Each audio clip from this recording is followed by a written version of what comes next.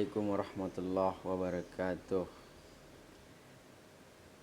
Nama saya Urian Firmansyah AR. Saya adalah mahasiswa Sekolah Pasca Sarjana Universitas Teknologi Sumbawa, program studi Manajemen Inovasi.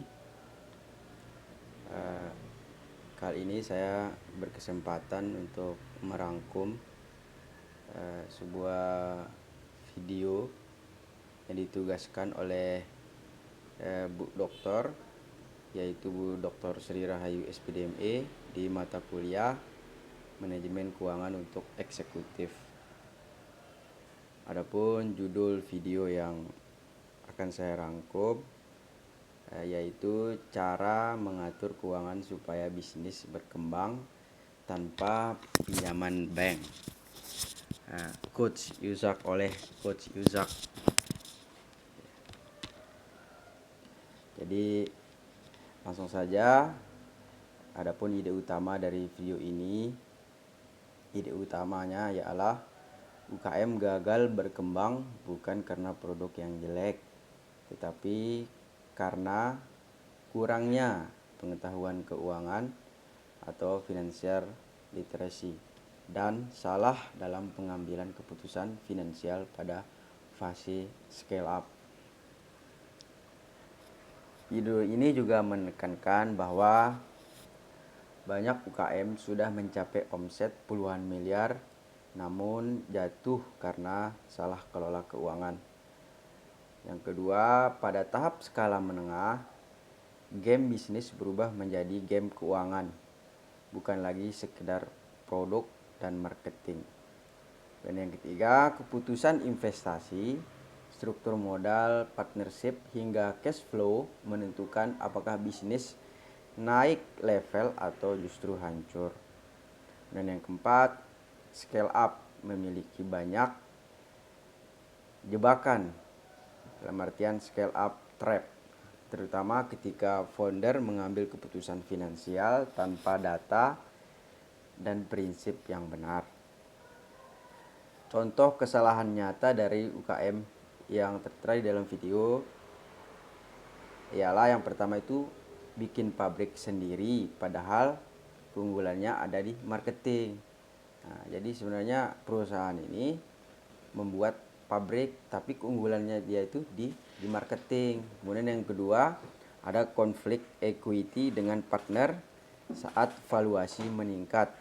Yang ketiga, mengalirkan kas ke investasi yang tidak memberi market share. Intinya, tata kelola keuangan menentukan pertumbuhan jangka panjang bisnis. Kemudian ke segmen B, yaitu pendekatan strategis yang dibahas. Yang pertama itu alokasi modal atau capital allocation. Di video ini Coach Yusak menjelaskan bahwa alokasi modal harus diarahkan untuk pertumbuhan organik, bukan investasi impulsif. Kesalahan umum UKM. Yang pertama itu punya uang. Ketika punya uang langsung bangun pabrik, padahal bukan core competence. Yang kedua, biasanya punya kas menganggur, tapi membeli aset yang tidak meningkatkan market share. Kemudian ada strategi alokasi modal yang benar. Yang pertama itu market penetration, yaitu menghabiskan market yang sama dengan produk yang sama. Yang kedua itu market development, bukan area baru, buka area baru. Contohnya di kasus ini ada Jakarta, Surabaya gitu kan. Kemudian yang ketiga product development, tambahkan lini produk baru untuk customer yang sudah ada.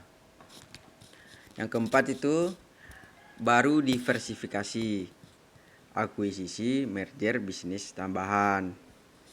Itu beberapa strategi dan 4 strategi alokasi modal yang benar tadi sudah disampaikan oleh Coach Yusak.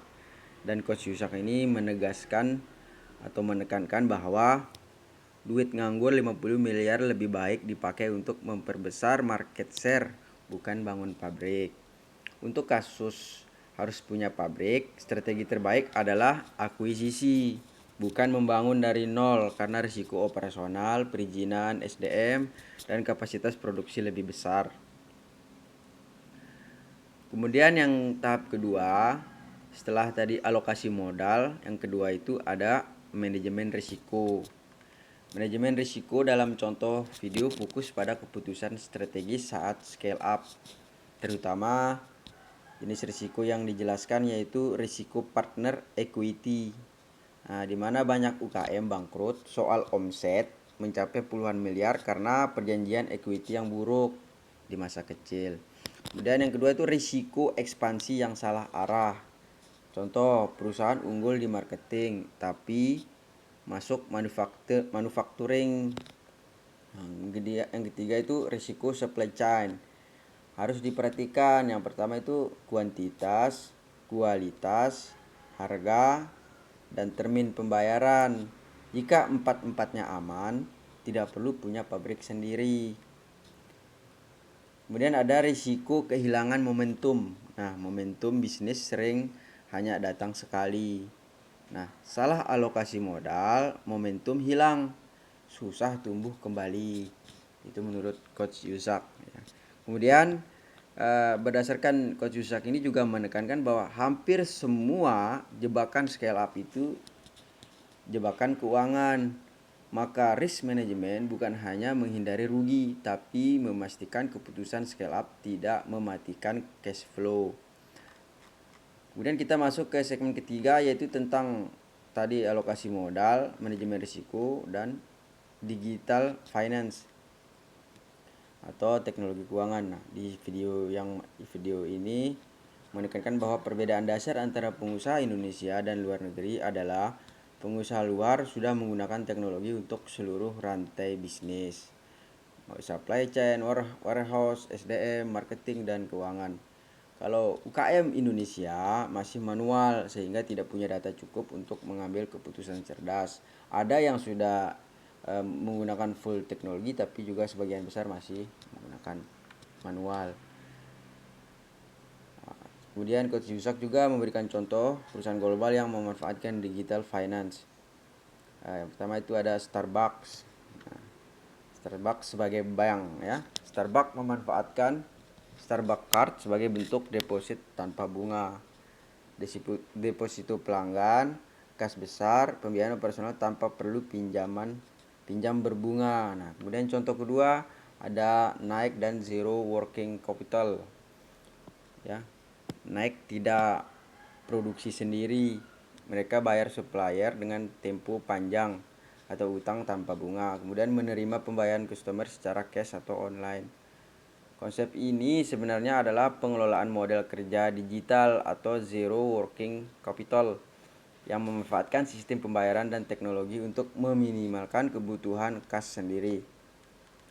Nah, kemudian pelajaran digital untuk UKM. Pelajaran digital finance untuk UKM itu yang pertama itu gunakan sistem akuntansi digital. Yang kedua itu pakai automation untuk inventory dan cash flow. Kemudian yang ketiga itu buat model pembayaran yang menguntungkan kas. Kemudian siapkan arus kas berbasis data, bukan insting. Yang keempat itu ada value creation ya. Segmen keempat, value creation itu penciptaan nilai, di mana dalam video ini memberikan banyak contoh bagaimana bisnis menciptakan nilai bukan dari produksi tetapi dari strategi finansial dan brand.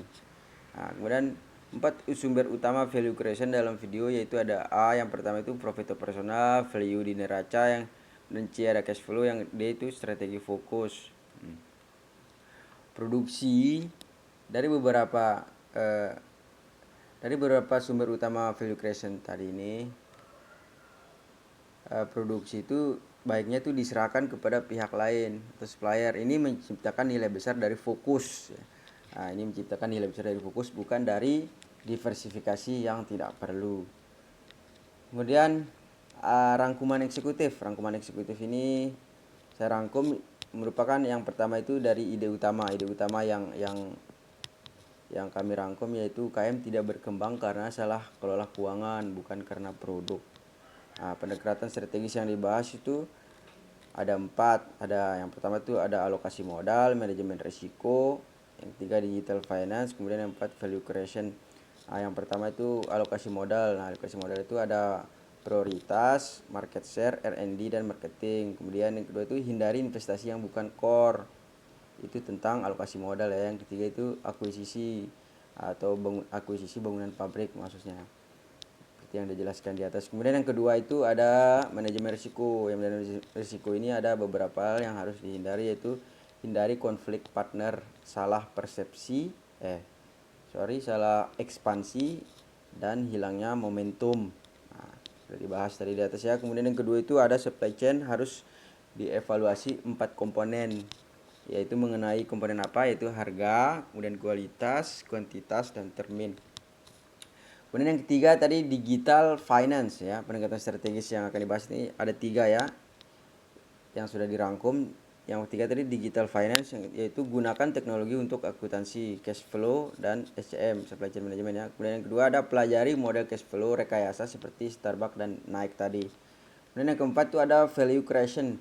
Value creation ini nilai bisnis sama dengan profit plus aset plus brand plus cash flow. Kemudian yang kedua ada fokus pada kekuatan inti. Nah, kekuatan inti dari perusahaan kita tadi itu ada ya, yang dimaksudkan ada core competence tadi, yaitu yang perlu ditingkatkan. Nah, demikian dari pemaparan dari ringkasan tugas dari saya. Mohon izin Bu Doktor, lebih kurang mohon maaf. Wabillahi taufiq hidayah. Wassalamualaikum warahmatullahi wabarakatuh.